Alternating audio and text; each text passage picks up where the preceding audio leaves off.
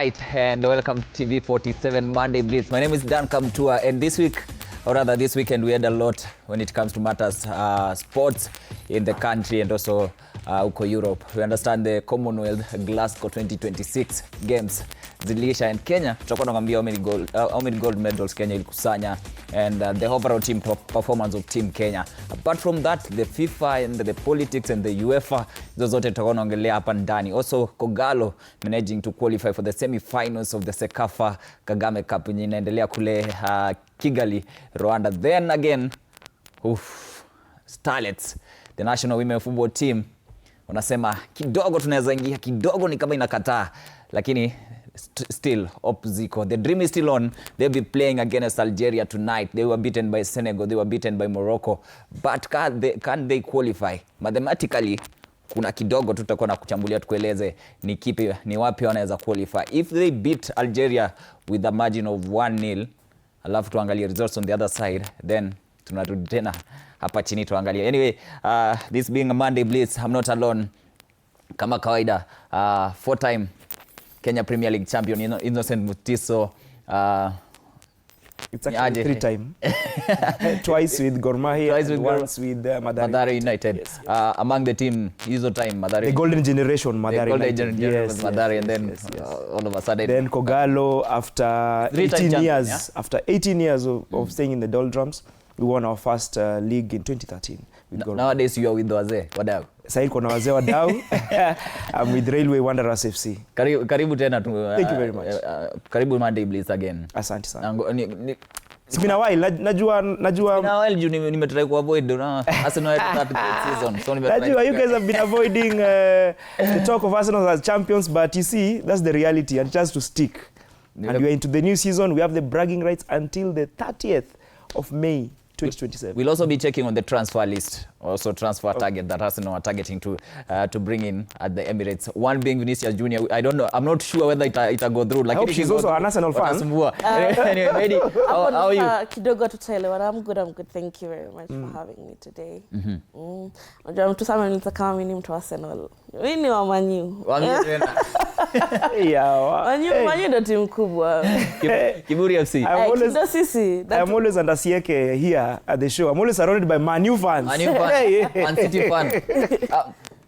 I saw you yesterday doing that thing with one of the biggest supporters of Arsenal. How was it though? Yeah, it was good. Robbie has been around. I think they came on Saturday. They're doing their tour around. So, we just had a briefing with them, the team. On Saturday they were at Serena Hotel. Yeah, it's good. Robbie is a chill guy. In as much as ni mtu Arsenal, lakini, Mutiso sikuona huko lakini.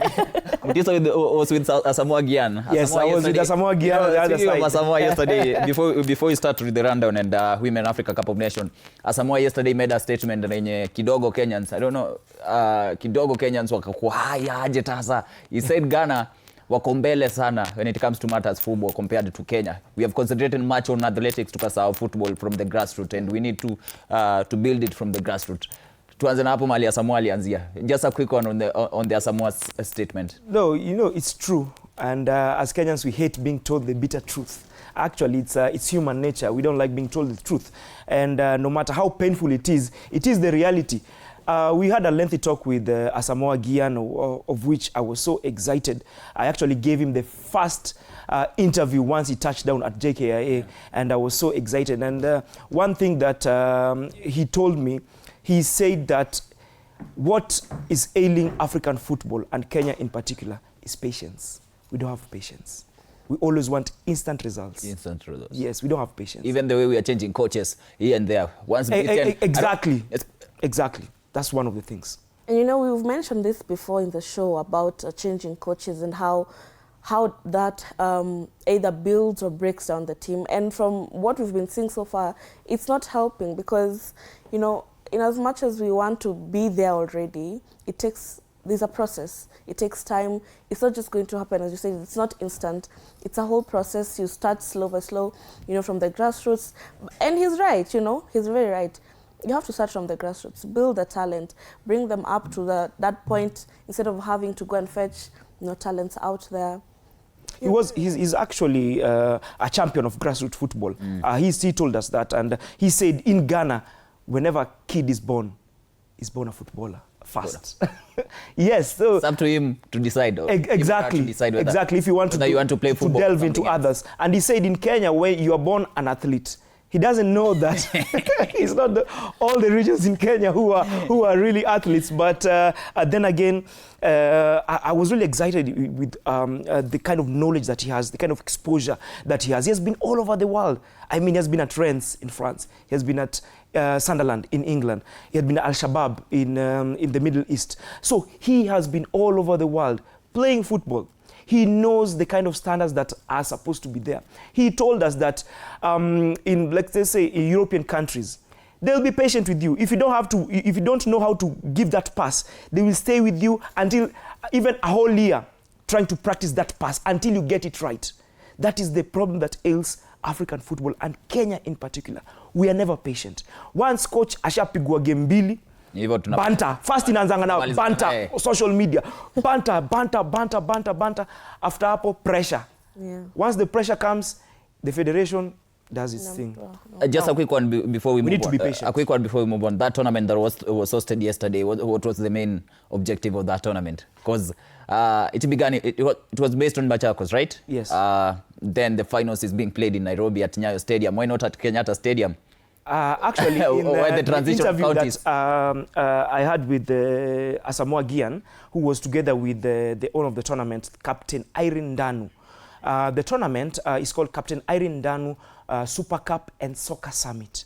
So it's not only about football; it's something more than football. Now, the basis of this tournament, as per what Captain Irene Ndanu has envisioned, she has categorically said that the talent is there, but there's lack of infrastructure, especially in Machakos. Kuna nini Machakos? There's no stadium. So she wanted to make the young upcoming footballers play at Nyayo Stadium in Nairobi to get that feel, because it is a moment where a footballer can never forget. The first time I stepped onto Nyayo Stadium, it was in 2005, the finals of the Super 8 Extreme Challenge Soccer Tournament by the current president, Hussein Mohammed. And it was an interstate tournament where we'd play teams like, I come from Madare, yes, East versus West. Exactly. Yeah, I remember there was a time when it was East versus West. Madare will play against teams from Embakasi, against teams from Kamukunji. You know, remember the former divisions, the way Nairobi was divided into divisions. And then after getting the winners, then we have East versus West, then the finals. So the finals used to be at Nyayo Stadium, and we had our first final in Nyayo Stadium, and for a whole month we could not stop talking about that finals in Nyayo Stadium. So it was a huge spectacle, and it is something that we never forgot. So the young upcoming men and women of from Machakos County who played at Nyayo Stadium will never forget that day. It was a spectacle. They were given a platform to showcase their talent. I remember back then in 2008 when Mutiso used to be a superstar. one of my head teacher in primary school came and akatuonyesha gazeti. Mutiso alikuwa hapo nyuma, full page ya gazeti hapo nyuma, back page. Akatuambia ukijana sijui wa Machakos Tala somewhere Matu, I'm from Matu. Yeah, somewhere in Matu. Ukijana wa Matu unaona venye anatamba. I need you guys to be like him. And among the guys out of your class yenye tulikuwa walikuwa wanacheza bola, I think only 2 made it to the professional football. They are playing the club football. Wale wengine magoti ilichoka kama mimi tu. Anyway, Asamoah vile alifika Kenya aliongea kuhusu how he feels just being in the country. Tusikiza Asamoah. Thank you for having me. You know, this is my, I think, 6th time coming to Kenya, and I feel like home. I feel at home. So coming to Kenya is like me being in Ghana. I feel comfortable. Everything is okay. The weather good. You know, so I'm happy to be back here. Yeah, definitely. Football is my thing. You know, me coming here, I'm coming to support Irene, and she has done an incredible job. You know, and you know, talking about up and coming football players, that is what I support. Back home, I'm an ambassador for the juvenile and then the whole of the national team, you know, so talking about the grassroots football, I support it very, very well. My expectations are, first of all, to see talent from Machakos and also just to have fun and for people to come out and support grassroots. As the legend mentioned, we're here to showcase grassroots. That's where football starts. One, you have to understand the magnitude of the tournament, the guests, and the feeling of the international stadium of Nyayo. That's why you want to uplift the upcoming footballers. They should understand from grassroots, from Machakos town, you can come to international, you can meet Asamoah Gyan through courtesy of our main sponsor, Captain Irene. At least my boys from Machakos huko ndani huko ndani wali have a feel of Nyayo Stadium. Pia mimi nili have a feel lakini nikiwa over 18. Anyway, Kinyash, karibu. We're talking matters to do with what happened over the weekend regarding the grassroots football. We know it's one of the big fan wa football ya mashinani hapa na pale.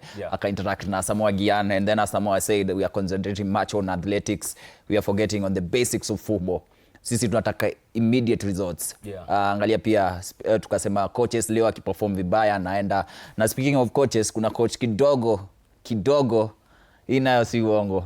Akipigwa leo inaisha. Africa Cup of Nation, Women's Africa Cup of Nation that is going on, and Harambee Starlets, they are so unlucky. They were beaten by Morocco again. We were expecting a positive results against Senegal. They were beaten 1-0. Tunasema waliponea kidogo, walitufili hiyo siku. Tonight they'll be playing against Algeria, and then it's a must win for them, just to have that small chance to qualify.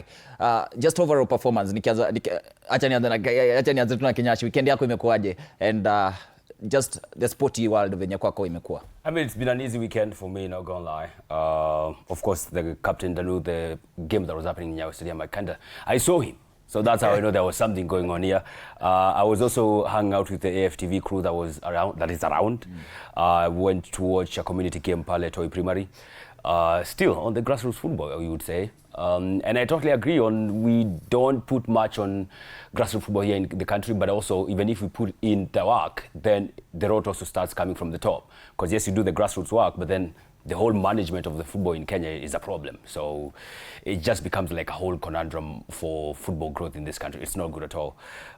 For the AFCON, or rather WAFCON, I don't know. I felt like I was more distraught by this performance compared to Morocco, because Morocco, I kind of had no chance. I knew, like, you know, it's Morocco. Okay, maybe I didn't expect the 4-0. But this one for Senegal, I had chances to win the game. I think I came out of that game feeling worse than I did against Morocco, because chances were there. Terry had 2 chances. She hit the post, like she was doing a post challenge. Hit the right, hit the left. I'm like, what's going on here? And Senegal were there for the taking. We would have gotten like maybe a 2-1. We just convert those 2 chances and it's a 2-1 win, and then we go hoping against Algeria. Now against Algeria, I mean, for us to stand a chance, we just have to beat them 10-0, I guess. Which, let's be honest, it's not going to happen. Kuna kahesabu fulani nasikia kanapigwa. If we beat Algeria by 10, then maybe GD 5, then Senegal might get dropped by Morocco, and hii timu ya juu imepiga hizi timu zote. You understand? Pia hapo katikati tu, you know. Mathematics. Zinakataa lakini. When you do it like that, I mean, we might get just past Algeria. Zile mathematics za Manchester. Harambee Starlets. The overall performance of Harambee Starlets. I expected more from the Senegal game, honestly, because I feel like, in as much as they say that was the group of death, the one team I was 100% sure we would beat was Senegal. They played so well, but they didn't score. Like, I was so I wish you would see me watch that game. I was so frustrated to the extent of, I'm like, okay, so what's the problem? What's not happening? Is it the technical bench? Is it the girls? Is it what exactly? What is it? Because if we start having these mathematical solutions here and there, then we're not playing football anymore. Because why not just win a very easy game and then now start saying, okay, now let's go and get that win from Algeria, rather than we've lost to Morocco 4-0, a very embarrassing I mean, like, obviously tungepigwa, as Nyash said, but 4 was too much. 4. Tuliponea, bahati hatuku. Yeah, tuliponea. By the way, that second half, they would have easily scored more goals. But then again, we lose to Senegal 1-0 in a game that was easy for us to win. Okay, walikuwa nafanya nini? But now against Algeria, we don't have a choice. It's either we win, nothing to win too. We need to win like at least 2-3-0. But Algeria pia si wachache. They're not coming just to watch us, you know, score goals. They're also coming to look for the win. So it's not going to be an easy one. So the overall performance of WAFCON, of Harambee Starlets at WAFCON? I think our preparations, we were not that much prepared. You know, the talk before the tournament, how the players, they were on strike before the tournament, they were not paid on time, and of which, personally, the players have to blame themselves. Because if you're ambitious and you're less than 1 month to a major tournament, the epitome of African football. You know, WAFCON is just not any other village tournament. Yep. It's the epitome of African football. It's the biggest stage in Africa. So for an ambitious player, footballer, you just don't strike just before that a major tournament, even if your dues are owed. Yeah. Go to that platform, go to that stage, get exposed, give your all.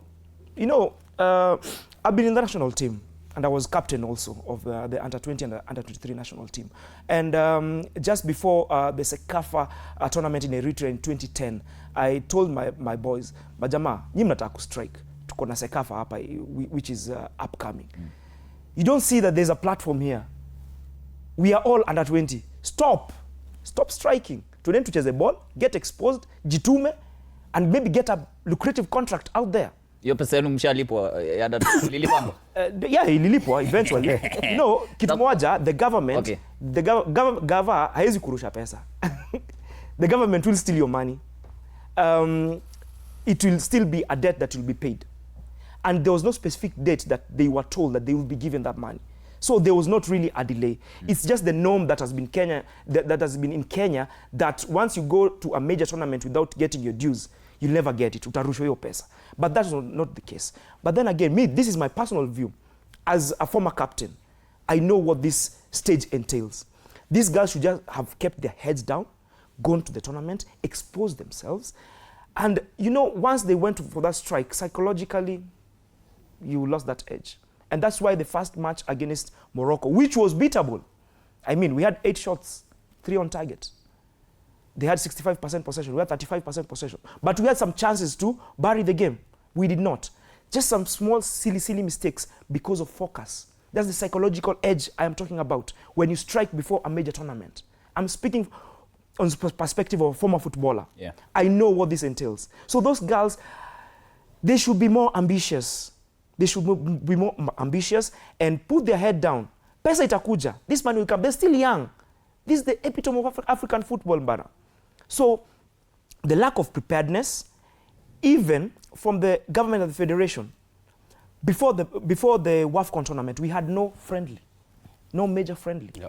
But we were camping in France. We had no friendly. So there's someone who slept on the job. We cannot start blaming the government or blaming the federation.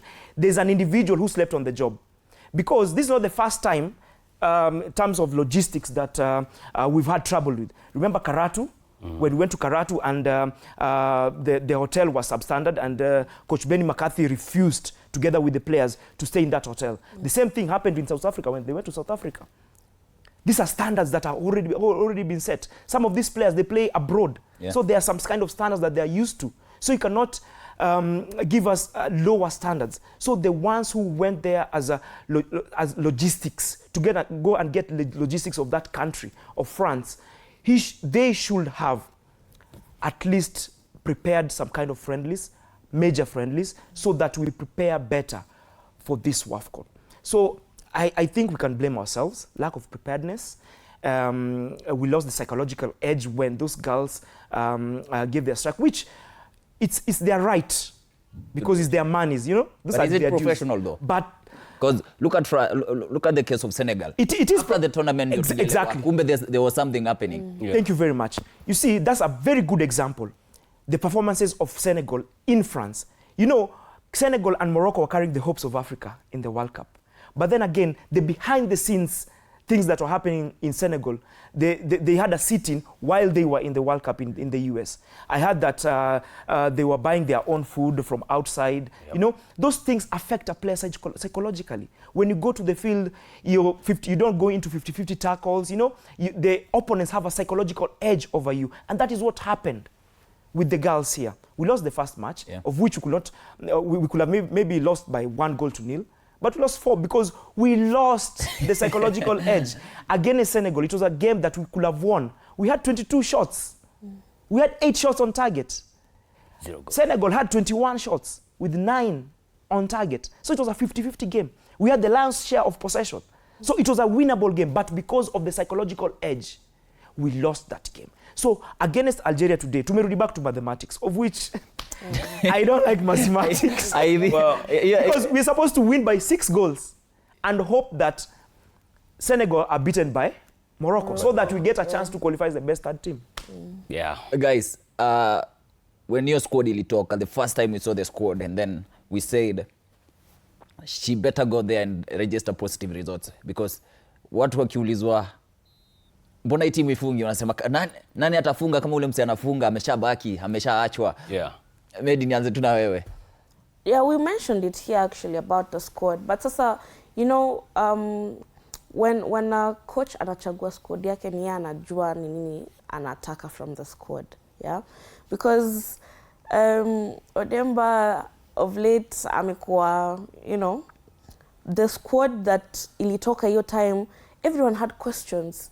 Mbona nani hajachaguliwa, mbona huyu hayuko kwa list, mbona this, mbona. But at the end of the day, coach maybe you know, me ni journalist. Siwezi taka Odemba kuja niambie story yangu nimeandika kuna venye kidogo haijaendana. It's the same way I, from a perspective of just a journalist, I wouldn't know what she saw in her squad. But so far, what we have seen from the squad that she chose is not adding up. That's a poor performance. Yeah. I remember back then when they were playing qualifiers against Tunisia, the first leg, we questioned how vile alipanga timu yake. Yeah. Alafu second leg ni kama alisikiza mafans akaleta wale player wakuwa. Yeah. She got it wrong when it come to tournament. Sababu saizi tournament wezi leta player fulani na fulani. Yeah, you can't change. Once the tournament begins, that's it. It's sealed, it's done and dusted. It's the guys you chose or girls you choose. Those ones are the ones who are going to fight for you. I would say, against Senegal, I feel like the girls fought. I know they don't convert the chances, but they created chances, unlike what we saw against Morocco. But it's a results-oriented game. Yes, you did fight, but what did you get at the end of it all? You got nothing. 0 goals to show. Yes, you had a lot of shots on target, but did you score any? And then the problem with that, like we keep saying, like, yes, you pick the girls you want, but retrospectively, if you don't win, then people are going to start asking questions. Exactly. And then the questions, you know, they can spiral out of control. People can be like, you didn't choose this one because they agitate for their wages and all that stuff, their allowances. And, you know, like, at that point in time, you don't have anything to defend yourself against. Because it's bare for people to lay down any question they want. Like, people would say, like, if Gentrix was there, maybe she converts one of the chances. I mean, they can argue and say, I mean, have you seen what she was doing in Tanzania? You can't tell me a girl who was killing it in Tanzania can fail to score one of the chances that we created. Top scorer in Kenya and Tanzania. Exactly. So, I mean, you see now, retrospectively, those are the kind of questions that as a coach now you'll have to face.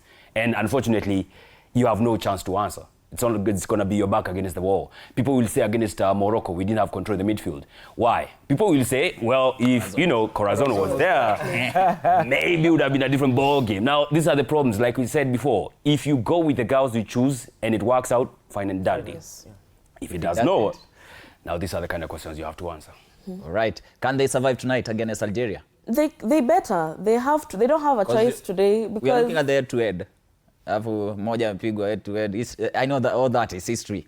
Lakini can they? Odemba amesema she's made some changes here and there. So let's just wait and see what they're going to. Because if they bring the game that they had against Senegal and just try and convert the chances, then we have a good chance of maybe even coming out of the game maybe at with 3 goals or even more. But now it's also mentality. In as much as they've lost the 2 games, they shouldn't come, oh, this is our last game. Give it your all. It's not just because you've lost 2 games, then that's done for you guys. No, if you give it your all, they could easily score against. I mean, Algeria, they were beaten by Morocco. They won against Senegal. So also them, you know, they are trying. They're not just coming to, you know, sleep. They're also looking for the point so that, you know, they remain at the second position so that they can move on. So it's not going to be an easy game, but they have to give it their best. It doesn't matter if it's the last game, win or lose it. Show us that, you know, you deserve to be there. It's not just by chance that you guys are there. And before discussing on what we should expect to leo siku, kina Odemba wanasema nini? We still have 90 minutes to play, and we are going to give our best in the 90 minutes. So, yeah, we're still positive. We're still going to play like we've not, like it's the first match. We're still going to fight to get something at least. Morale is still high. The players were still prepared, and what I know, we are going to take the positive things that we had in the last 2 games, take them to the next match, and I believe and trust that we shall come out victorious. And you know, Kenyans are so funny. Kuna mwingine kaangalia social, you know, Kenyasha anapenda kuangalia social media post akicheka, akiangalia comment akicheka. There's something niliona amereact. Nikaona venye amereact tena anasema kama unaekea style hivyo. They are superstar. Those guys are superstars. Wacha wafanye chenye wanataka. Wacha wafanye chenye wanataka. Kenyash, should we expect something positive from them? I mean, I feel like this is a scenario of hoping for the best but prepared for the worst. Because, I mean, let's be honest. I mean, if you're being realistic, I don't think we beat Algeria. And even if we beat Algeria, I don't think we're smashing them for like 5 or 6. I mean, if that happens, that would be an absolute shocker to the whole system of maybe African football. But like I said, I mean, they still have a chance to fight. At this point in time, it's just playing for pride. You know, you just don't want to be like that team that went to WAFCON and got beat in all the games. You did not even score a single goal. So maybe against Algeria, we hope we get a goal. Maybe at best, maybe squeeze in a draw. If we manage to beat them, which realistically I don't know if we can, but if we manage to do it, because anything can happen in football, fine and dandy. We played against Algeria last year, friendlies. I think, remember the Three Nations FIFA series, where we met Russia. We were beaten 4-0. And we played Algeria twice, where we lost 2-1, and then we had a draw in the second match. We've never beaten Algeria. They've beaten us. They have the psychological edge, and they'll be more motivated. Yes, we do have some kind of motivation behind us, because they also want to get that last win and maybe try and see if they can be lucky enough to qualify. But then again, 6 goals is kind of a Herculean task. To ask for, considering that we have no goal yet in this tournament. In the FIFA Women's Series, remember in March this year, we were beaten 2-0 by Australia in the finals. The only team that we beat was India by 2-0. Yeah, we don't score a lot. And we were still complaining about the lack of not converting the scoring opportunities that are being made, that are being created. The squad was also a problematic area that time, as it is right now at WAFCON. And just like Nyasha said that, if it had worked, well and good. But if it doesn't, then you have to answer these questions. So when she comes back, I know she'll be bombarded by all these questions, and she has to answer them. And right now, it's difficult to see if she'll continue maintaining that job, because she's a good coach, no doubt about that. She's a champion with Bullets. She's the one who took that team to WAFCON. So she deserves being there. But then again, there's these things that are not working, and when things stop working, then you have to look back and start reflecting. So she has a huge decision if she loses tonight. I was about to ask whether she can survive the pressure that will come after the results, the pressure that will come after AFCON. I hope she can, for her own case. I hope she can. I don't know if she can, because again, if she tells us why the likes of Corazon are not there, I mean, you're not the one who gave her the job, but there are people who gave her the job. If those are the ones who told her not to pick these people, then maybe that's fine. If it's not the case, then it's hanging in the balance for her. But I think for the girls, if there's one motivation, besides just collecting something in the WAFCON, I think if they win again, they get 10 million. Yeah. That's enough. It's enough. Mita 10 na ngoja, all you have to do is go win 1-0, 2-1, go. Nobody cares, just win the game. And guys, to move on from Harambee Starlets, then tukikosa mention some of the teams zenye zimeimpress at the WAFCON. We saw Malawi doing that thing, beating Nigeria. That was one of the disappointment of the tournament. Shockers. Just the overall performance of the other teams venye ziko, Ghana, Morocco, Cameroon, Malawi, again. I mean Malawi, Tanzania. Tanzania. Tanzania. South Africa. Tanzania, guys. A huge win. Nilisikia kiwaru sana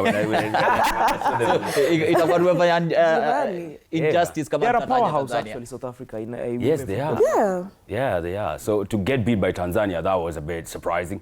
But I think for me, the one that caught me by surprise was the 10-time WAFCON winners being beat by Malawi. Debutants. Yeah, I know Malawi is a tricky prospect coming into the tournament, but I did not see them beating Nigeria, to be honest. I mean, it's Nigeria. They are the juggernauts. The defending champions. Yeah, defending champions 10 times. So that was surprising, but I'm also more impressed as well by the Chiwanga sisters. Yeah.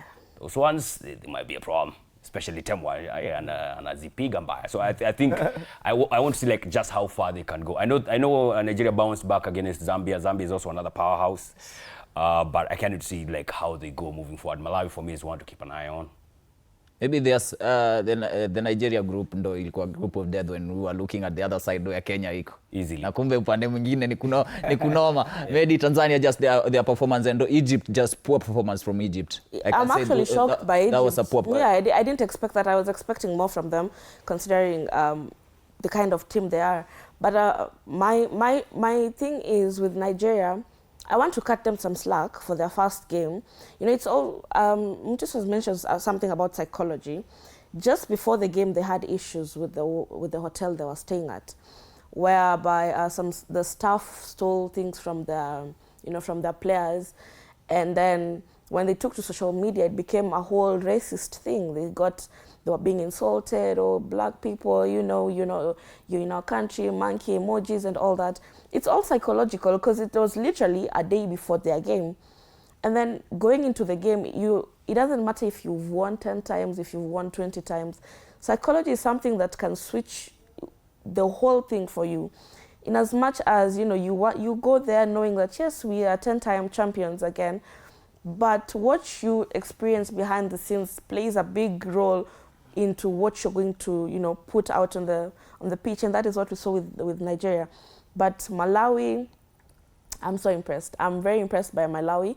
They showed us why they deserve to be there, and I've watched the Chiwanga sisters Temwa at her club in the US, and her performance just shows why she is that big name back in the US, because she has won the Golden Boot twice. She has been the MVP twice. So you can see these things displaying as she plays. And my other team that surprised me was South Africa. I didn't expect, them to lose 2-1 to Tanzania and then come again and have a draw, which was actually a struggle because they were losing 2-0. And they did the comeback. So now, they have a chance of still qualifying. But my team to watch out for the tournament was Malawi. I'm actually surprised that South Africa are in the tail end of their group with only 1 point. But then again, they have a chance to make amends tomorrow when they play Burkina Faso. And if they win that match, then they'll be on 4 points. And then that group will be wide open. So tomorrow, it will be a crunch time for that group. All right, just switching off from unaongezea? No. I got nothing to add. I mean, for Malawi, though, I do remember against Egypt, I think they were down 10 men. They played for almost, was it 40 minutes or 35 minutes as 10 men, and they still went on to win. Just shows either Egypt are really poor or Malawi are actually very, very good. No, actually, Egyptians so poor. No, Egyptian women football has never been a powerhouse in Africa. They ride on the men's. Yes, definitely. Actually, you'd be surprised that it's a Kenyan, a former Kenya international, Doreen Nabwire, who kick-started the women's league in Egypt a couple of years back. Wow. Yes. She's the one who went to empower those ladies and show the federation how women football is run. because she was doing it here in Kenya. And I understand why she's been making a lot of noise with the payment thing. Yeah, of course. You know, we were together at KEFWA. She was our Deputy Secretary General. So she knows what it means to fight for players' rights. So that is why she's been doing that. And then right now she's with FIFA. And she has an office in Morocco. She knows, she's been to the highest standards of women football globally, not only in Africa or in Kenya, globally. So she knows the kind of standards that other powerhouses have set. And she knows what's needed for Kenyan women football to go to those heights. And all the debates comes in when you mention the payment debate. Should they be paid the same way the men's team, or rather the men players, the men footballers are being paid? Wanasema equal rights. Should they? You as a footballer. Najua this one is a hot one. Nataka pia nisikie statement yake. But kwa too open. Should they be? Let's compare the tournament like WAFCON and AFCON. Yes, they should pay the same way the men are being paid. Because, you know, gone are the days where we used to take football as a passion. That is during our days. I mean, I won the league with Mathare United in 2008. We had stayed 6 months without being paid. Oh, damn. 6 months, still won the Premier League because we had that passion. But right now, football is a career. So these ladies, they also have their own families that they're taking care of. They also need to take care of themselves. They need this money. It's a career. This is what puts bread on their table. This is what pays their rent. So they should be paid as the men are being paid. Those are my two cents. What about the income? Because Angalia State, that's why I brought in the AFCON and WAFCON debate here. Sababu Angalia study, tunasikia eko player fulani anasema we piga ball ikuje bana. Games Harambee, no empty stadiums. Look at WAFCON. Actually, I wish the WAFCON was in Kenya. It depends. I mean, it will be packed like this. It depends on the amount of money that all those games you guys are rating. If mnaleta pesa kidogo, then that's the catch. Like yes, they should be paid on time. That's for sure. There should be no delays at all. I don't think he has mentioned whether they should be paid the same. The same. Should they be paid the same? The same. But it goes back again to I've said yes. It should be paid the same. I think it goes back to the commercial viability of the tournament. I mean, yes, women football is growing. Is it as commercially viable as men? Maybe not yet. But doesn't mean like there should be such a big gap between the two. You would understand if they're not paying the same because, again, you know, it's business as well. So you have to pay as much as you're getting. But, I mean, being paid the same is a bit questionable, or you can always argue about that. But one thing you cannot argue is whether you should be paid on time. That should be the last. Times have changed. They should be paid the same. Yeah. They are living the same lives that us men we are living. I mean, their tournament they also have, actually, they've been working harder than us because most of them are single mothers. But the amount of money that you are generating from your tournament, that's the question. Or even the image rights, you can't compare Vinicius Jr. with. Let me not mention. Let me not bring the names. But when it comes to CAF paying the teams, then I guess that disparity definitely has to national be there. teams. But when it comes to national teams, because it's the government which pays them, should be level. Yeah, for the government. Yeah. Considering they're also the ones who have taken us to AFCON, I mean, twice already. And the World They're Cup. taking us to the World Cup twice already. I mean, come on. It should, at this point, if it's about the government, this shouldn't be a debate anymore. The girls should be paid the same as the men. They played a CAF, Chan. They got eliminated at quarterfinals.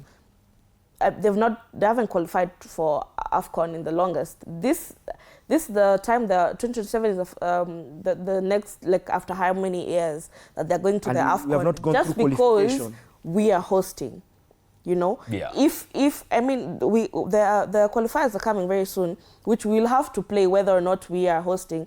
But you will see from the games that we will play. We're playing South Africa. Which other teams are we playing in that group? But that will tell us how much these men actually deserve to be in the AFCON. They'll play. I don't know how many games they'll win from that group stage, from the group that they're in. But that also shows how much these girls are putting in for them to deserve more than what they're getting. It's debatable. I mean, just to add something, like Yes, for the government, it should be the same. Ideally, like when you say if you win this game, if you are getting 5 million for the boys, the girls get the same money.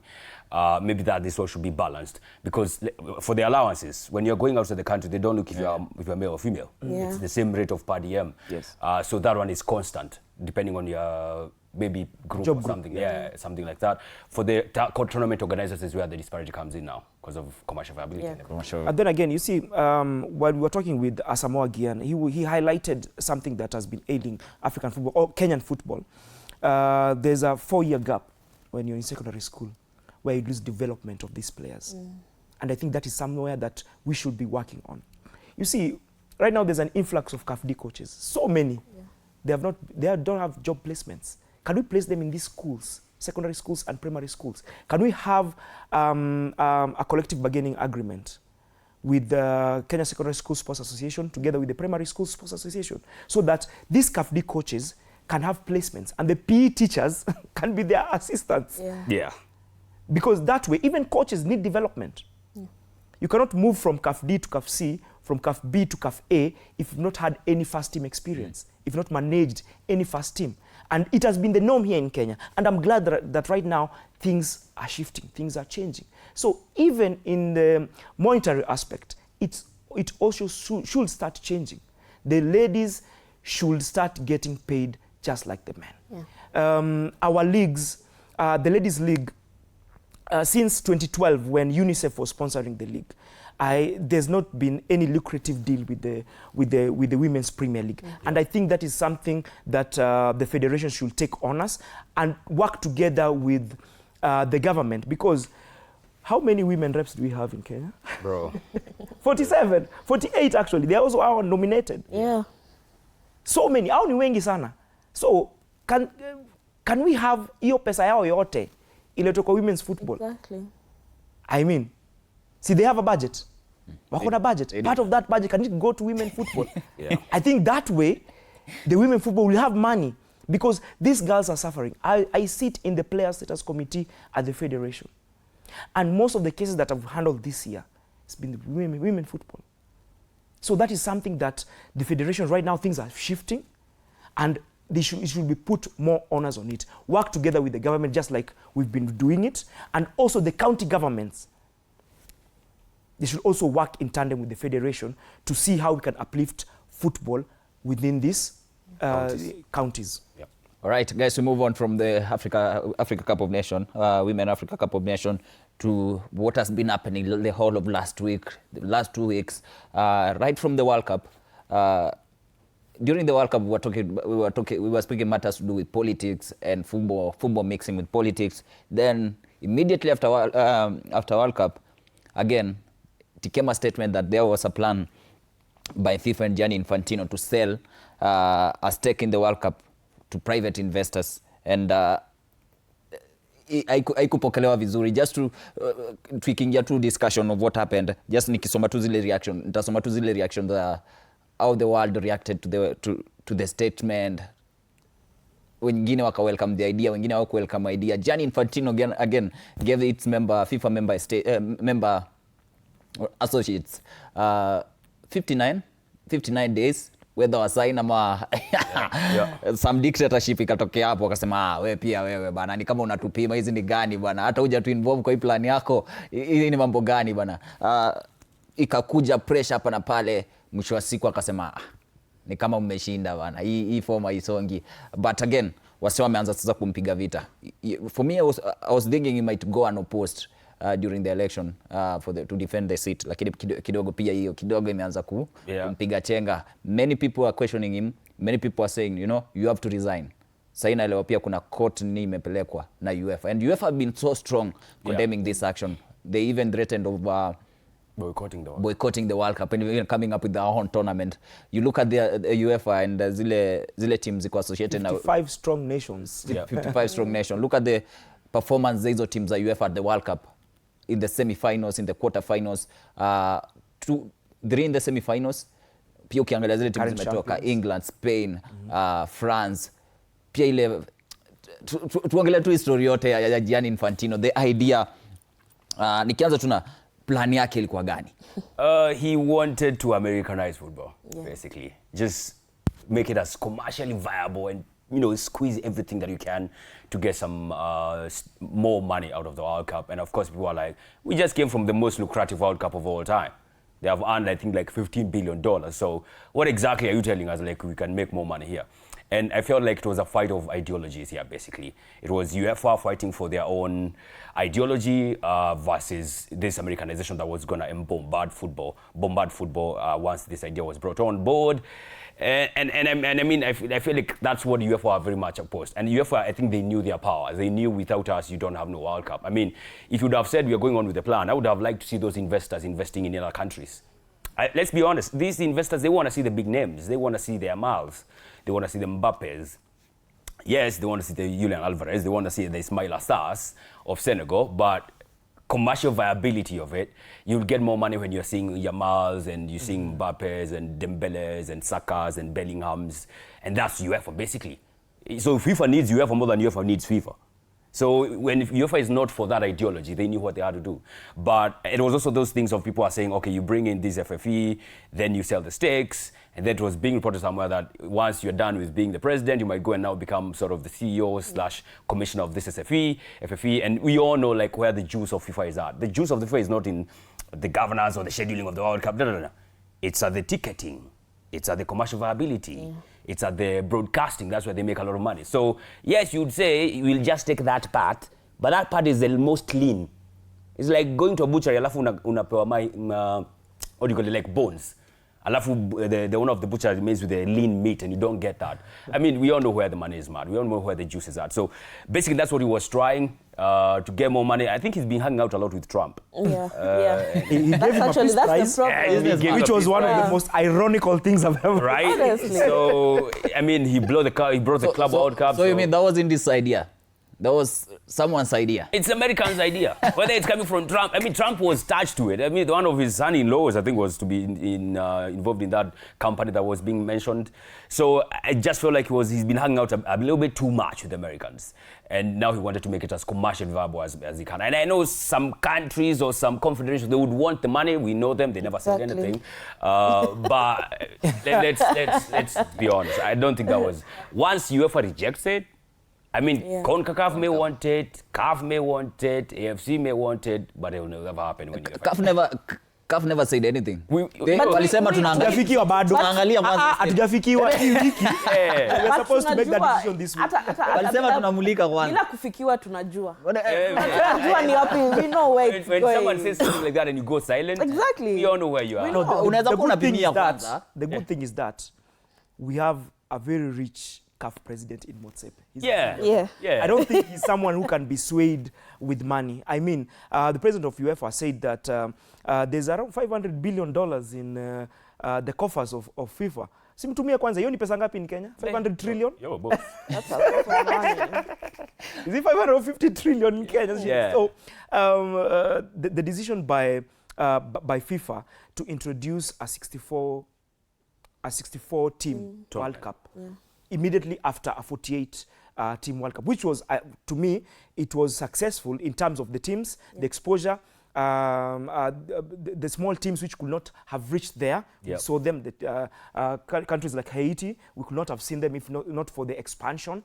And the FIFA series, of which Kenya could not have played Australia if we are not qualified for the World Cup in ladies. So FIFA has done tremendous things. But then again, hapo mali imefikia, I think I can attest it to greed. And we are deviating from what football means, or what football, you know, football should not be that profitable when it comes to FIFA. It should not. Yeah. It should not be profitable when it comes to clubs, not the governing body. It's a non-profit organization. Exactly. What I saw in the US, yes, it was a successful World Cup, but then again, we moved out from the main game. I mean, 4 quarters. Even when I saw there were matches where it was raining, but there was still a water break. For what? It's raining. Kunywa tu hiyo maji ya mvua. Unaweza kuwa kunanyesha lakini joto inakuwa. Hiyo maji ingie. I mean, aje water break. Get this, in the finals, halftime, ilikuwa how long? the performance. 30 minutes. Was it like 17, almost 30? 17 minutes. Exactly. That not just First 30 half. minutes. The official time For the performance or for the for the whole performance break? was 15. The whole Then break. 2 minutes of dismantling just the whole set and everything. But till extend. Obviously. Tumesema 30 minutes. Yeah, it was pushing to almost 30. Let me see. Exactly. Yeah. There were 4 quarters. The in idea was finals. 30 minutes. There Yeah. were 4 After quarters Kaichuja. in that finals. It means that there was more time during halftime than football was being played Yeah. for each quarter. Because each quarter was 23 minutes. Say, then water break.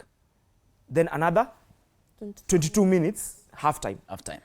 Exactly. Then the halftime was 30 minutes because of performances. I mean, that's not football anymore. That's 27 not football minutes. anymore. 27 minutes. 27 minutes. 7 minutes. I mean, 27. we've already deviated from football.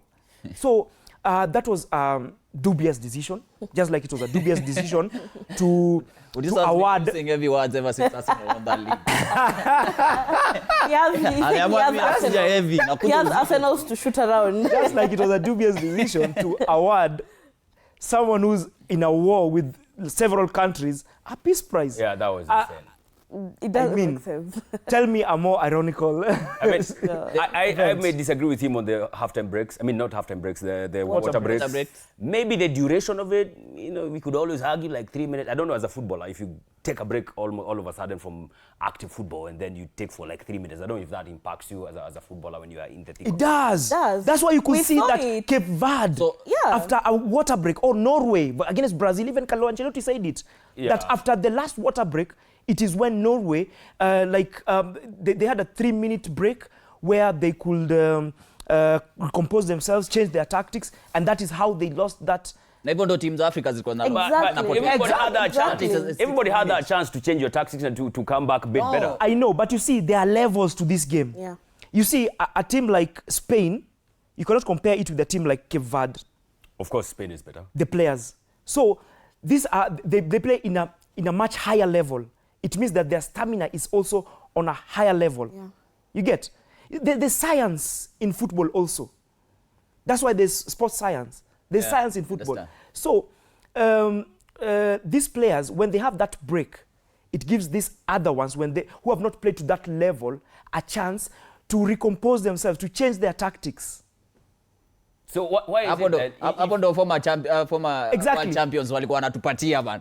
Let me tell you what used to happen before. What used to happen before? Na hii ni kitu moja pia, they've said that it has happened with Arsenal. They were complaining a lot when you're trying to waste time and someone has not had any physical alteration that can warrant the medics come onto the pitch. You get? Yeah. Goalkeeper anashika bola na analala chini. You get? That gives a coach time to change the tactics. Yes. Call the captain or 3-4 players to call them. And people noticed it and they started complaining that why is this happening? It is giving a team an advantage over the other teams. So that is what happened during the World Cup. The 4 quarters, I cannot agree with it. In Sudan, I've played in Sudan. I've played in Sudan. I've played in Egypt. These are very hot countries. Very hot countries. In Sudan, we were playing at temperatures which are 42? around 45 degrees. You should have been having water breaks. We used to play at night. You should have been having water breaks. But we played more than 90 minutes plus injury time. That's So Hapo mliumia. football, the ones who put 45 minutes, they were not fools. They were not fools. Science, it's sports. When football, yes, I agree football is evolving, but not that way. Let's not change the football. VAR has already done so many things. Yeah. It has removed the oomph from football. There are some pros and cons because when VAR, it is accurate. But then again, it's not being used consistently. Yeah. We saw in the 2022 World Cup, the quarterfinals, yeah. Argentina versus Netherlands. Yeah. It was shambles. The referee was suspended. But then again, Argentina should not have gone on to win the finals. Aguero, there was an interview that I was watching and Aguero came in and said that Di Maria challenge wasn't a penalty. They went to the locker room and then they started laughing, checking it there. It wasn't. Oh, the penalty was awarded. It wasn't. So, If you saw what the kinds of penalties that Argentina were getting, I mean, they were dubious calls. It's why they were being called. Actually, ulikuwa na swali, ulikuwa na swali. Sasa akaendelea swali. Yeah, I mean, I was saying like, yeah, they should have been having water breaks in Sudan. That's what I was saying.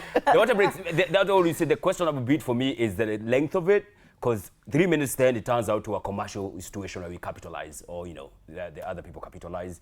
Water breaks, I don't mind them. Maybe the length is questionable because it was hella hot there.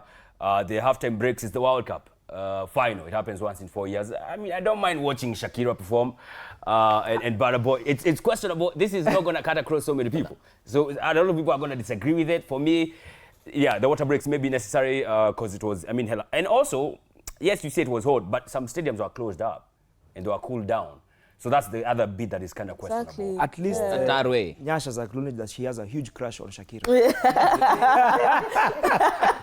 He's been hiding lakini leo amesema lakini hajasema amekuwa kificha. I like her music. Amesema I don't mind watching Shakira. Her music. I don't mind watching. I Sasha this one. Ni mshamba amesema. Yeah, sure. On the FIFA deal, unajua hujachangia sana. You know, my question was who is going to benefit more with that deal coming on, because unajua watoto wa CAF wao walikuwa wanangoja wafikiwe cause kuna venye hiyo deal itawafavor sana in the money wise, but tukiangalia everything else that surrounds it, unajua what's the jina FIFA president mwenye alikuwa ametoka before Sepp Blatter. Yes, unajua the whole corruption thing and all that ndo kwenye Infantino anaenda. That's the road he is going to. He's not taking it venye huyu alifanya, but introducing such things, hata kama ni pesa ngapi utakuwa nayo, you can be that greedy. Let's just be honest. The commercial breaks, because those water breaks, to Sizite water breaks, the commercial breaks, how much did they get from those commercial breaks, the water breaks that they had during the FIFA tournament? How much more does he need? Nani for what? If he isn't, investing it into the betterment of the tournament or football in general, then what's the point of having that? Haieleweki, because I don't see who's benefiting. Ni yeye the FIFA is one benefiting from the whole thing. I want us to listen to Gianni after amejitetea, after kila kitu imeuma nje. Tumsikize alafu turudi na more discussion regarding this topic. Well, FIFA for Enterprise, or FFE, is actually a proposal, an offer. It's part of a democratic process, a consultation process. And above all, it is an opportunity, but not an obligation. And as I said, it kicks off the consultation process. If and only if it is approved by the majority of our 211 member associations and the FIFA Council, it would be a FIFA-owned and controlled subsidiary consolidating FIFA's commercial and event operations.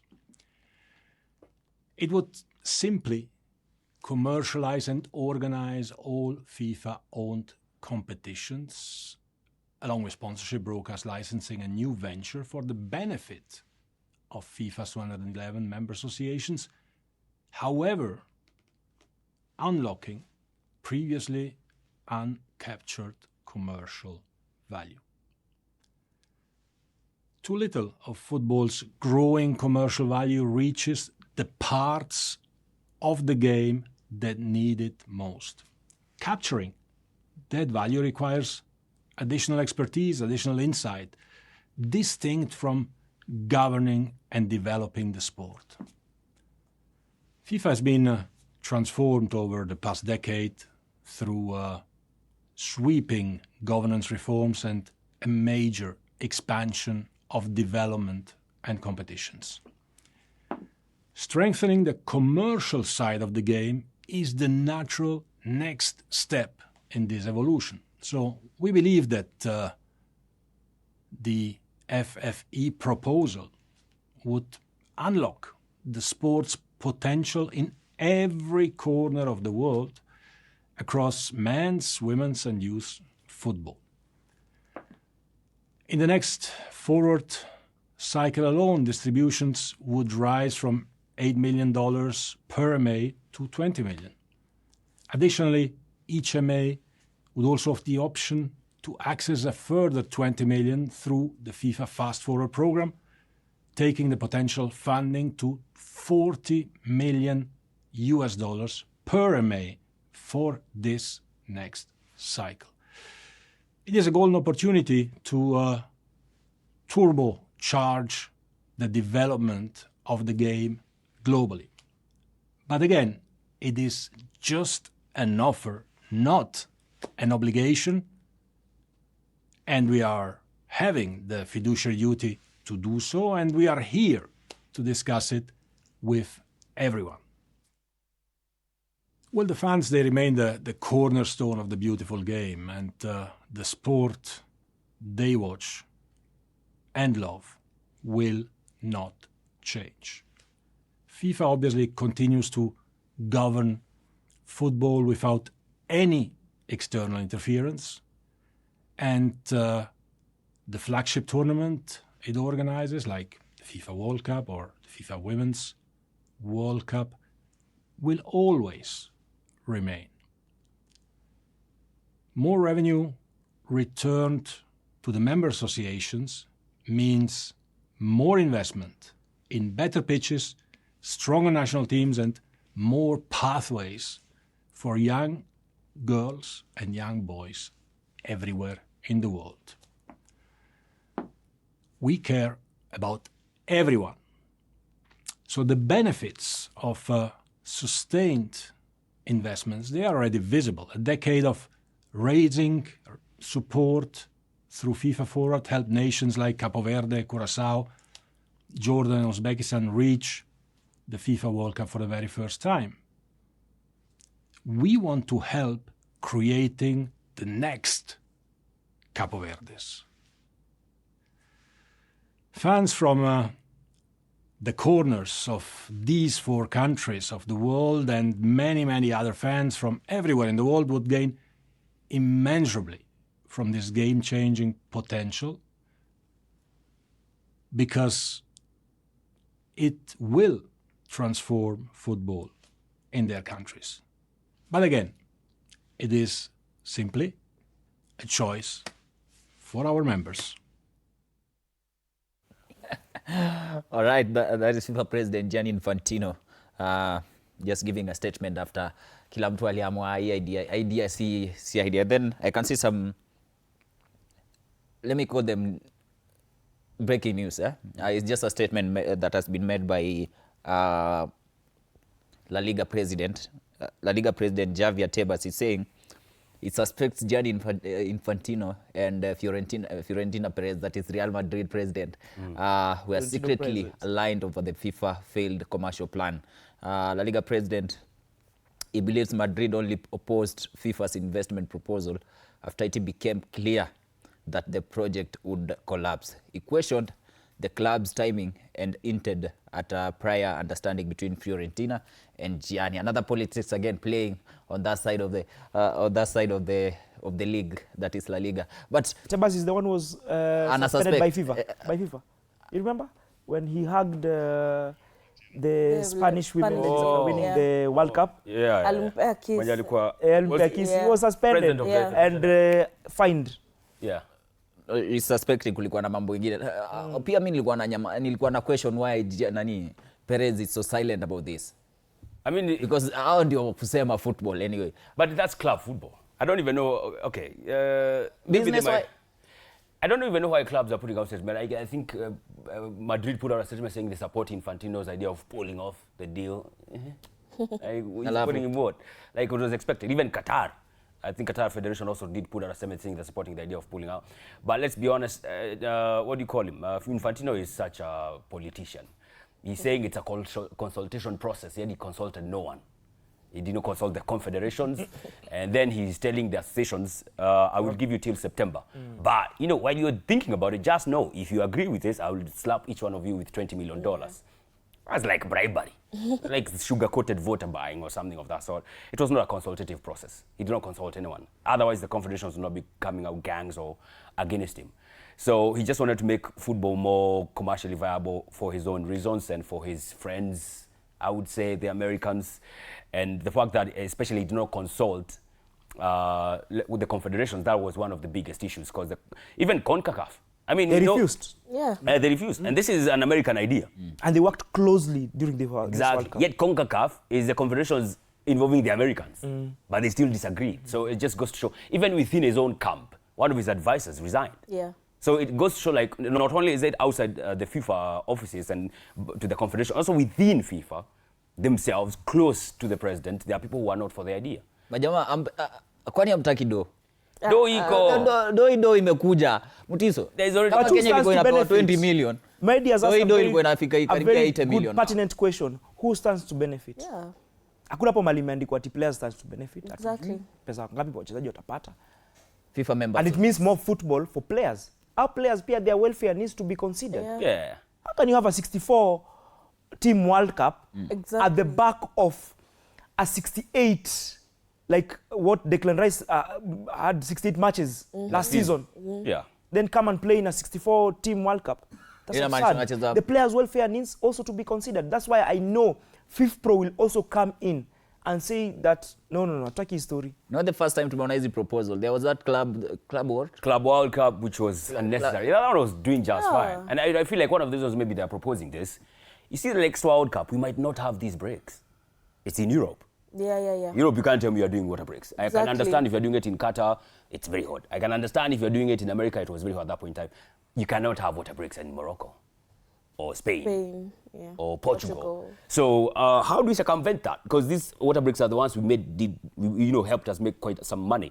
So let's expand to 64 teams, more matches. And what will stop this FFE once it was maybe to come in place to be like, all right, so 64, we made $20 billion. How about next time we do 100? Yeah. I mean, what will stop them? It's World Cup. Yeah, they will tell FIFA, the other section of FIFA that is the one that makes Fanya justice basi. the scheduling and the governance. They can tell them, yo, since you are the ones who give money, right? You want your people to make money. Tell them, we want to have like a 70-team World Cup. And then we'll make some stupid money you have never made before. Tufanye justice. If you're a member associate of FIFA, then in the next World Cup, out of 211. Yeah. Basi Half of sisi ni them. member. Yeah, half of you Basi will participate. Half of us. What will stop them Ama from sisi doing wote that? basi. What is happening right now, the current FIFA president is under real pressure. Yeah. Because right now there are calls for him to resign. Apparently. Especially from UEFA. Yeah. UEFA are threatening to file a lawsuit against FIFA president, and they have sent Infantino a direct letter warning him not to destroy any evidence related to the sale of World Cup stakes. They have already done it. The chickens are coming home to roost. And his goose is just about to be cooked, because right now, what can happen for his ouster, the 37-member council, if they have only 19 who are on board, just send him a letter and have a special general meeting. And once that happens, and maybe try and convince him to resign, he might refuse to do so because it's within his right. You know, he's someone who's been elected. But then again, the council can call for an SGM and call all the member nations. That's a 211. Yeah. And if he gets a majority vote of no confidence, he's out, just like Sepp Blatter. Okay. Africa tulinyamaza. Kuna hiyo baiti ya Motsepe akiongelea kuhusu the support yenye anapokea from Gianni, from FIFA. He was speaking when he was addressing the media in South Africa some days ago. Hebu tusikie. I want to thank Gianni Infantino for the excellent work that he's done, and thank FIFA, thank Matthias for hosting what was the most successful FIFA World Cup in the history of the competition. And they did good work. I'm very proud. And what Gianni has done is to contribute to us increasing the number of African national teams. Enormously important. And nobody is going to persuade me to serve more than 2 terms in CAF. It's not going to happen. And we took a decision to support, and I personally support Infantino. He's not just a good friend, he's a loyal friend. He's loyal to Africa. And again, I come from a different background where when people have been loyal to you, you never stab them in the back. Of course, our very own CAF president there, Patrice Motsepe, just expressing how he supports Gianni. I think he was speaking after the World Cup, addressing on the results and everything, what went on during the FIFA 2026 FIFA World Cup in US, Mexico and Canada. Yeah, tukimalizia story yote. I really hope that Patrice Motsepe can consider throwing his hat for the FIFA presidency. At least for once, we have a FIFA president from Africa. I think that will be a huge statement. Na sasa tukienda election, apart from Gianni, guys, who do you think is good for football? Patrice when Motsepe. it comes to He brought Chan to Kenya. You have He's seen bringing AFCON to Kenya. Yeah, this guy just with the pressure that comes with the UEFA and the likes of Kaferin. He's good. He's okay. He's good. He's and you can see him to hana tama. He just said that no one will convince him to go for more than 2 terms at CAF. Imagine an African leader saying that. Imagine. It's never happened. African leaders die on the seat. Exactly. Most of them. And for him, like you mentioned, is it not there for the money? Man. I mean, this guy has there for the money. money. He has money. Yeah, anataka tu bowling Ado. grow. Basically, he has enriched the African teams in terms of the tournament prize. They have increased exponentially for both women and men. I mean, he just wants to see African football grow, and that's what he has done. And it's not like hogging power like other people do outside there. So I think he should have a go at it. And I'm glad that he was coming to Kenya just before Chan and looking several times and meeting the president and making sure that we are ready to host the Chan and we are ready to host AFCON. I mean, huyu jamaa amekuja how many times in Kenya? It just shows how much he's values football as a competition other than, you know, the beneficial part of it. He's someone who can easily develop. You see, this thing about grassroots and all that, he's someone who, if he takes his time and invests into football, not just in Africa, but as a FIFA president, I think we'd see football go to another dimension. There are some reports on how he was treated in US during the World Cup, but tunangoja reports kamili itoke behind the scene. Apart from the smiles zenye tunaona mbele ya kamera him akisalimiana na wale wazito, there was something was behind. Patrice? Yeah, how was being treated in US. Kidogo tu hiyo itatokea. Dignity, because I'm glad that he also has some kind of resilience, because when he started coming to Kenya, it was on the backdrop of we were coming from a suspension with the previous regime. And while he was coming to Kenya, every time he came to Kenya 3 times, and every time he was finding a new sports CS. Yeah, like every damn time. But he's still convinced that we're going to do it. Yeah. Tumetulia. So this is someone that we want. This is someone that I'm sure with the way he is running CAF and CAF competitions, he's someone that if he takes up the FIFA role, could be something. It could be something. It will be a huge deal for Africa. Maybe we can go on par in having more African teams in the World Cup, just like Europe. Yeah, I mean. So this is it, just from the reports that I'm getting. Unajua mimi mtupia wa hii grapevine mko chini.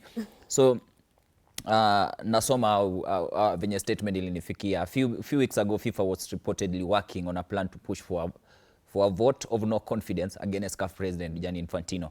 FIFA was allegedly using some top CAF officials against Motsepe, including some who sit on the FIFA Council. Okay, the plan was reportedly discussed in America during the World Cup, with number of African FA presidents said to be supporting it. Bado inachemka. Itachemka. But transitioning from Malaysia I want to say, like, in terms of the Infantino, he's not good, but also Sepp Blatter has no moral authority to telling us about corruption. Exactly. And sanctions. You know what he did was there. He was hella corrupt. So you can't be telling us, people are spoiling football and FIFA. We know what you did. He has no moral authority. Zile kelele zilikuwa kuzilisha za Infantino, za rais kutolewa. Au rais wa Kenya basi. Huyu nani? Huyu wetu ni Hussein Mohamed. Hiyo ni story nyingine. You know, when he won that case in court, and FIFA said that in their statement, they said that due process was not followed. Yeah. You know, you cannot say someone is corrupt and you say you have evidence, but then the evidence is not sufficient. it's not sufficient. You know, the court works with facts, not hearsay and speculation. It works with facts, and that is what happened. And when FIFA came, released their statement and had asked the Stakewaiter rebels, the ones who went against the president, who wanted to oust the president because of alleged corruption, FIFA told them to furnish them with the evidence, and they deemed it was insufficient because due process was not followed. And I don't know if the case is still ongoing, but then again, the president wanted to have a special general meeting and see if they can go, because what in their statement, FIFA categorically said that they've opened themselves for punishment, to face consequences. That is what the president wanted to do. But then again, FIFA together with CAF sent a delegation to Kenya, and they had a meeting, and they tried and calm things down, because, you know, to WAFCON next year, we don't want these hullabaloo's things coming here. People are being so selfish. Can we keep our head down? Let's have this epitome of African football here in Kenya, a successful one, because mimi nataka kuenda huko Talanta Stadium bana. I want to go and see Kenya play in Talanta Stadium and next year at AFCON and play well. Benjamin Mkapa, sawa. Raila Odinga, Talanta Sports Raila Odinga, guys, Sekafa Kagame Cup, Gor Mahia wakaenda, Tusker did that thing, wakapigwa game zao za kwanza, lakini yesterday waka-impress. Is it yesterday? Walitufurahisha na bao walifunga ya mwisho. Pia ukiondoka unaondoka na style, how they scored that goal. But then again, in the semi-finals, Gor Mahia would be playing against Al Hilal. Damn. And Royal Sports would be playing against Jamus from South Sudan. From South Sudan. A big one, this one. Gor Mahia's performance, nikianza na Medi. They've done well. I think, considering the other teams that were in the competition and the teams that they have played against, I feel like Gor Mahia have actually really done well. I think, did they lose one game? Yeah. They lost one game. But Bypass. But the other games that they've played, I think coach kuna kitu amefanya. You know, anaona pre-season yake haitakuwa as much, so the games that he's playing now he's using them as the pre-season, which is very good for him, considering kuna players sign. You don't have time to see whether or not they fit into your squad or not, so you bring them into the competition. Na wamefanya vizuri, they've really played well. Shida sasa ni coach amesema hajui kama job ana keep ama, you know. But anyway, other than that, the game that Gor Mahia have played throughout the tournament, I think wamefanya wako vizuri. Yeah. Coach is a no-nonsense coach for me.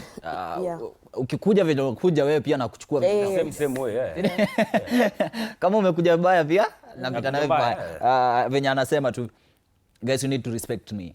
Yes. Said he's not a plumber. He's not a plumber. He's a coach there by merit. He has won a league in his first time in Kenya. He's not a joker. This is not a jabroni. He took Ghana to the World Cup as an assistant coach. Yeah. Exactly. Someone we should not take lightly. He has proper pedigree. So, and I think it's nice how he clapped back after winning against Ghana Republican. I know people criticize him, Vipers, da. Let's not forget, Vipers are Kofiti. And the Vipers nicked it in the dying minutes of that second game for Gor Mahia in the Sekafa. So it's not like Gor Mahia were diabolical in that game. They were not. But it's just, and it could go down to some entitlement of some Gor Mahia fans. They think they can beat everybody and anyone. Yes. Wait until the CAF Champions League starts, you go to the second round. I wonder what they will say then. I'm not saying they will get beat back. We have Dennis Omedi, bana. I mean, Dennis signed him. Be a different we have Paulo Cost from Ulinzi Stars, bana. And some of the players are dropping like flies. But I think for Gor Mahia, they have done well. I wanted them to face Al Hilal maybe in the final. Maybe I feel like I also a big thing. The big thing comes after what you do after winning that league. It's like winning a league with the PSG, Bayern Munich. It's from the point of they had lost it before. So you had to bring it back. You had to bring it back fast. Then kick on from there. Because Champions League, I mean, have they ever gotten to the group stages of the Champions League? Clubs in Sudan, and it's because of the civil war which is ongoing in the Republic of Sudan. And it will be a huge test for Gor Mahia. Both teams actually, because Al Hilal Omdurman is just not your average village team. Yeah. No, it's not. They are powerhouses when it comes to African football. I mean, last season in the CAF Champions League, they got out into the in the quarterfinals against RC Berkane from Morocco, and it was 2-1 aggregate. So you see, they could have nicked it. So this is what Gor Mahia are facing, and this will be a huge test because they also have a potential of meeting in the CAF Champions League. So for Gor Mahia, it's a huge litmus test for them to test their pedigree. Yes, they won 4-0 against APR of Rwanda, but then again, APR walishindwa na pointi 8 last season. They were on 68 points with Al Hilal Omdurman on 75 points, or 7 points. So it will be a huge litmus test for Gor Mahia, and it will be a chance to test their pedigree going into the Champions League. So for me, Gor Mahia, just like Mehdi has said, also for Al Hilal Omdurman, they are not looking at this CAFA as they are only looking at their performances because they want to be ready for the CAF Champions League. So for that game, I'm really looking forward for it because we've seen Paul Okoth, the new signing from Ulinzi Stars. He's already scoring. He scored the lone goal against Garda Republic from Djibouti, and we are cruising right now. So waiting for the finals. For now. I like how they say it. They are husband of teams in Kenya. Choritimbe. In Kenya. When you cross the border, once you become... We've been champions in Africa before. 87 Mandela Cup. Oh, God, eh? 87, none of you guys were born. Even himself wasn't born. I mean, I would like Al Hilal, like, they are such a juggernaut. Not only have they gone and colonized Rwandese Premier League, they did that in Mauritania as well. They were invited there, and they won the league there. I'm thinking, maybe why not invite them here in Kenya? Then you can see Choritimbe if it's Choritimbe for it. Wakuje. Wacha tuchukue a short break. Alafu tukikuja we are going to discuss matters with rugby, how Cabras managed to win it in Dala, again Glasgow, and also transfer. Lazima tuguzie transfer, but what is happening, because Vinicius Junior might be going to and it's game Real over. Madrid. It's game over. And then United. Game over. Tuangalia the other side, Manchester United wanataka kufanya nini, Liverpool and other teams, na pia tuangalie pia huku Kenya nani ameenda wapi. We take a short break.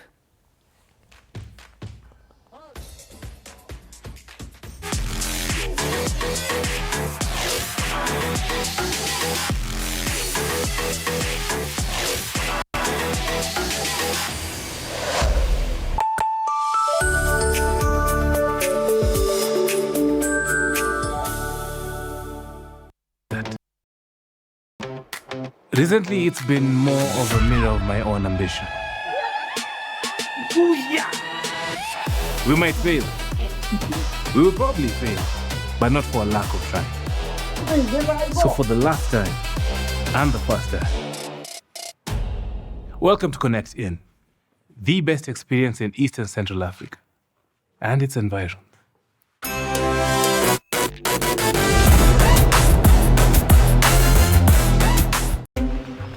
This is a very serious place. I see that. Surely. Hey, Nyumba. This is the place. Just for a few days. Rule number 2. Kwani Google inajua maisha yangu wewe? That's my seat. It's a chair. It was hers. You're new here? Yes. You learned the rhythm. This place is run by structure. Structure. It is a system. Ni venye tu ni system eskizi. And what happens if something you haven't chosen enters your day? Then you move it. That's not always going to be possible here. Then you are going to have a problem. Noted. What are you planning? To escape from a resort? This is not a resort, my friend. This is a storage.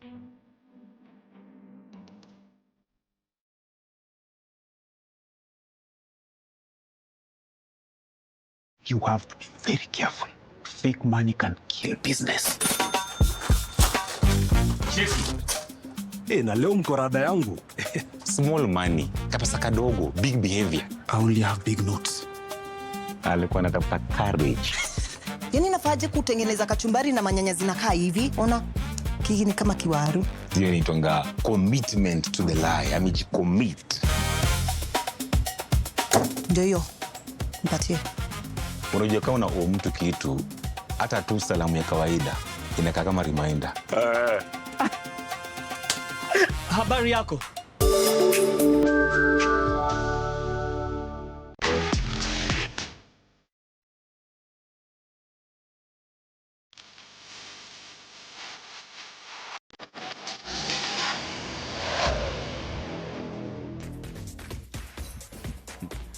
Alright, karibu tena. This is Monday Blitz. My name is Dan Kamutua Medi, Kinyash na Innocent Mutiso, just giving me an in-depth analysis of what we are expecting. And tukiwa break, we were talking about us to do nani ameenda wapi. And these guys are so excited that Vinicius Junior will be joining Arsenal. Wanasema nani anatutisha at the end of the day. Sisi ndo defending champion. Sisi ndo tutakuwa defending champion. Just on the transfer. Wacha niingie on the transfer. Direct to the transfer news, yeah? Transfer window and something that we were discussing is Newcastle have already started plans to bring in a new midfielder, with the new coach involved. Now that Guimarães is gone, anaingia. I mean, we are getting the best Bruno in the league. But where come on. Guys, come on. Surely. Let's put away.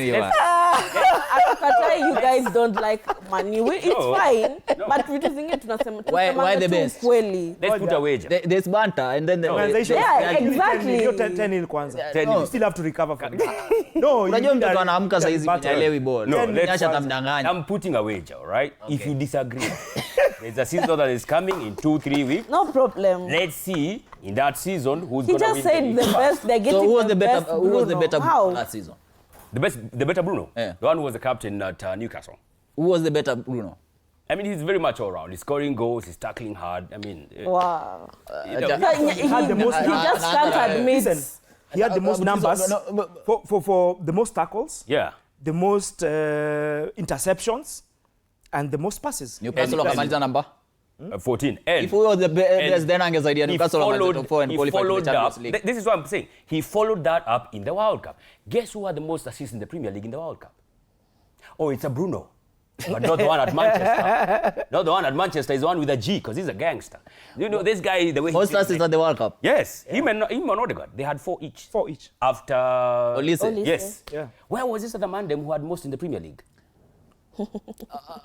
Exactly. How did Medi and Portugal as well? Bruno Guimarães to Arsenal.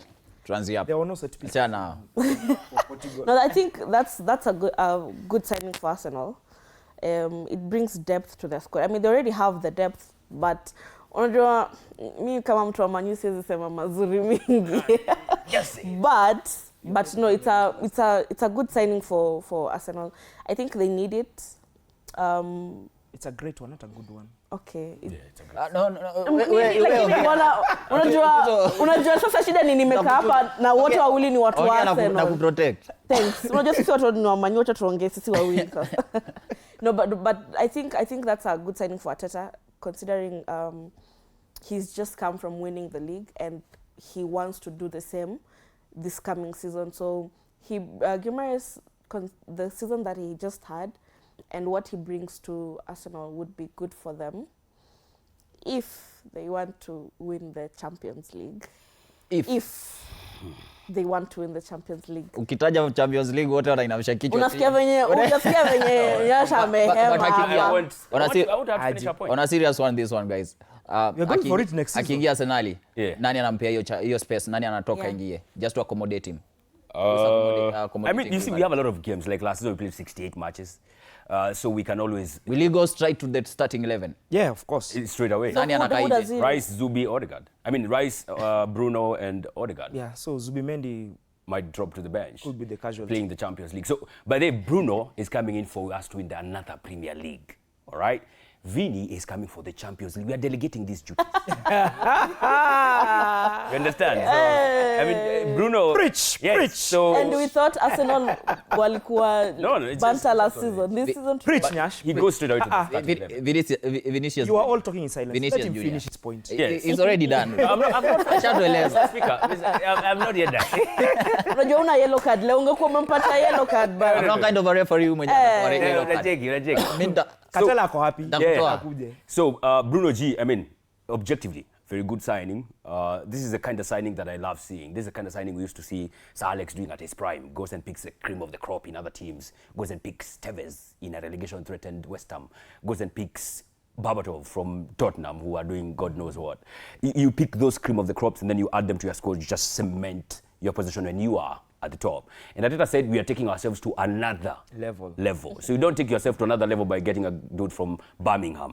Okay. You take yourself to another level by winning the Champions League. Thank you. So By winning the Champions League. You get new signings on board. You bring Christos Zolis like for Trossard. You bring Bruno G. You cement that midfield, make it even stronger than it was before. And then you get a left winger who is one of the best he is actually the best left winger in the world. That's how he is. But Bruno G, I think it's a fantastic signing. He has that grit. He has that dog in him. He's the kind of player that when you're playing against him, you just hate the guy because you know he's going to give everything else. But when he's against Newcastle, the one he was he dominated the midfield. And there's a time when he had a collision with Jorginho, and I was looking at it retrospective. I'm like, I don't understand why Jorginho put his head next to Bruno's elbow. Exactly. It doesn't make any sense to me. But His Bruno, elbow was hurting. yeah, Bruno fights for you. He will give everything for you. He will score. He will assist. He's an all-round midfielder. He's even almost bulldozer. more all-round than Rice. I mean, Rice is a workhorse for sure, but Bruno, I feel like it's a like for the two. Vinicius to Arsenal. If we get Vinicius Junior, it's game over. Yes. And Nigerian accent. Yeah. Game over. Arsenal. Game over with a Ugandan accent. Amen. It's game over with a Kamba accent. I mean, like, Vinicius Junior had 44 goal contributions last season. I mean, if he comes to Arsenal with all that creativity. Damn. All that creativity. Remember Vinicius Junior together with Karim Benzema? Oh. The way it worked? Bro. 3 Champions League back-to-back. That is what would happen with Jokic. Back-to-back was... 3 times. Back-to-back was Cristiano, Benzema and Bale. And Bale. Vinny wasn't there. Vinny has to. No, Vinny has to. But not back-to-back. It wasn't back. Yeah. I confused there. But anyway, Vinicius Junior, I mean, I saw him at the World Cup. I've been watching Real Madrid games. Actually, I have a soft spot for Real Madrid. And I've been... because of Mbappe? No. Not because of Mbappe. I fell in love with Real Madrid during the Galacticos.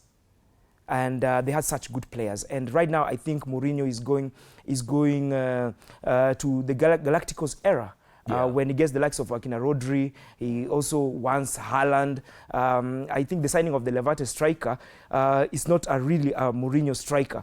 But if he gets Haaland, I think it's also game over for Barcelona. Barcelona as well. Who are also Spanish as well. teams. But who are also but cooking. is Haaland really going? He's not. I doubt. No, Maybe not. for now he's not going. But going back to Vinicius Junior, he had 44 goal contributions last season, and if he comes to Arsenal, he's coming straight into the first 11. And this is a player who can play over 50 games every season. And right now, with the change of his jawline, he looks even more intimidating. And I think I feel sorry for the fullbacks who will he was at Real Madrid. who will be attached to him because I mean he's a menace. And with all that creativity behind him, he loves Eze Eberiche, he loves Odegaard, he loves Bruno Guimaraes, giving all kinds of balls. There's Bukayo Saka on the other side. I mean, last season, Bukayo Saka was being marked by 2-3 players. Yeah. Gyökeres was being marked by 2-3 players. Now this other side, if Vinicius comes, I mean, where will all those players come from to mark them, to mark him? They can't. So next season, I think we'll just take everything. Yeah, I think quadruple. Yeah, and that's not a stretch. Chelsea's signings, the likes of Welbeck, Chelsea the likes of retirement Anderson. I mean, Wacha niendelee kwanza. Unaona venye mlikuwa excited na ndio nataka mkuu hivyo na Chelsea. Hapa na hakuna mtu atakusumbua. Chelsea, I don't know what they're trying to build. Something is coming, considering the season they just had. They didn't expect that from what happened last season. So they're really trying to bring in the signings, bring the squad, a good squad for them to come back to the Champions League, play good football. Danny Welbeck is a good signing for them. I mean, it's Danny Welbeck anyways. Wherever he goes, he's going to score goals. He's going to be Danny Welbeck. Danny Welbeck was Man U back then. That guy was something else. He went to Brighton, did so well. I mean, for Chelsea, that's a good signing for them. Overall, I think the signings that they've made, the coach, is trying to build something for him so that this coming season he has options to, make sure that wamerudi Champions League. I think niyo iliwauma sana. They didn't expect that season yao ingeisha hivyo, but I think Welbeck is a good signing for them. Are those the kind of signings that Chelsea should be signing? They are world champions, I mean, subjectively, I don't know how you move from £170 million signing to a 35-year-old striker and a 36-year-old defender. I mean, midfielder whose hand is already broken. Broke his hand by not playing at the World Cup. How do you break your hand when you're not even playing? Like, make it make sense. That one was right. It doesn't crazy. make sense. But it's an accident. That okay, slide up. I mean, news there. Yeah, so I mean, for Chelsea, subjectively, it's kind of weird moving from Rodgers, Palestra to Welbeck and Henderson. Objectively, however, you would say maybe Alonso wants to add some experience to the squad. Henderson has been there, done that at the highest of levels at Liverpool, so he knows all about winning. Welbeck has been there, done that where? I don't know. Won the FA Cup at Arsenal, at Manchester United, part of the Premier League with Manchester United. When he was a youngin. I was way back. I know Danny Welbeck had like 13 goals last season. To Arsenal. Yes, what he just did. That was way back. More than any Man U player. Yeah. But he went to... Did he perform at Arsenal? Yes, he won, I think, almost 2 FA Cups or something. He did. So he did. For Welbeck, what baffles me about... Crystal Palace have been dominating FA in the recent years. What baffles me about the Welbeck signing is you already have João Pedro. You have Nicholas Jackson. You have Brock Lesnar's nephew. I mean, Liam. You have now 35-year-old Danny Welbeck. Mudryk is back. So 4 strikers. You're not even playing in Europe, It's 1 game a week on Monday. That's why even Stamford Bridge is being hired by Shakhtar Donetsk to play Champions League football. Imagine that. So 4 strikers. So you mean that Chelsea this coming season, will not... Wanacheza hiyo passport zao zitakuwa stamped just like Man U's last season. Absolutely. Wow. They're just local. They are just domesticated just in England. They ain't getting out. Maybe Wakenda, maybe Wales. Yeah, Man U isha lakini nini mtisi. Isha. So Chelsea 4 strikers. What are they saying about Manchester? Anasema ati jana. Zero grazing to in England. Zero grazing kama ngombe za Dendero. So like 4 strikers, yeah? It's just the Premier League. And then maybe somewhere in September, Carabao Cup starts. So at max, you're doing 2 games in 4 weeks. So why 4 strikers? I mean, unless they want to sell the likes of the Delap and Nicholas Jackson, I don't see why you're adding Danny Welbeck. I mean, you could argue about Jordan Henderson in the midfield. You need maybe that experience. But Welbeck, you have 3 strikers already. I'd like to disagree with both of them in terms of Chelsea. Yes, I see what Xabi Alonso is trying. For the first time, we may disagree na Nyash. I'm shocked. Because Arsenal is not involved. Arsenal is not involved. Arsenal is not involved. I mean, I see what Xabi Alonso is trying to do. He's trying to mix the youth with experience. Last season, Chelsea really suffered because they did not have any leader in their team. Caicedo, for me, is not a leader at Chelsea, not yet, because he's still young. There was a lot of youngins at Chelsea. Actually, the average age of Chelsea players, it was even below Arsenal, at 23 years last season. So mixing youth and experience, it works for many teams. And right now that there'll be zero grazing in England next season, they need the likes of stalwarts like Danny Welbeck to get in the goals. And also, remember, Liam Delap, I think, finished with 0 goals. I don't know how many. Definitely not more than 3. Might also be exit. Joao Pedro didn't get to 10 goals. No, Joao Pedro had a lot of goals. He was the best player of their team. In the Premier League, he had a lot of goals. Yeah, but he also needs more presence up front, and I think Danny Welbeck, he has that niche for getting those awkward goals. Just bumps into the ball inside the 6-yard box and getting those goals. The experience he'll bring to that team will be immense. For Jordan Henderson, also the experience that he'll bring. Remember, before he went for Jordan Henderson, he wanted Granit Xhaka. But then again, Granit Xhaka knows that the biggest team in London is Arsenal. So he could not demote himself to bring your Champions that League level of zero grazing in England. So tell them to bring the Champions League one. No, you are all talking in silence. The problem with you are talking in silence. I'm going to allow you to. The problem with you are all Arsenal talking in fans silence. Lie to us. They will always bring Arsenal into the conversation, even when it doesn't matter. But it does. Granit Xhaka is a former Bring Arsenal the captain. Champions League He's first. now the Sunderland captain. And Aliona, he cannot get from at Sunderland, where he's the main man at Sunderland. And he finished above Chelsea. He finished above Chelsea and demote himself to go to Chelsea. He can't. I mean, surely. That's not he wants to play in Europe, but I'm tired of this of this transfer. But anyway, I get what Xabi Alonso is trying to do, trying to get leaders into his team, and that is why he's gone for Jordan Henderson after the Granit Xhaka transfer fell down, and then getting Welbeck up front. I think Chelsea need leaders in their team, and that is they will finish. I remember the last time Chelsea didn't play in Europe, and they went on to win the league. Oh, damn. They're only playing domestic football, and they won the league with Antonio Conte. I don't think it will happen this time because all the teams are in transition right now. Arsenal will definitely retain the title. Okay. So, league inaanza 22nd. 21st or 22nd? 21st. Should know when your champions are starting, bro.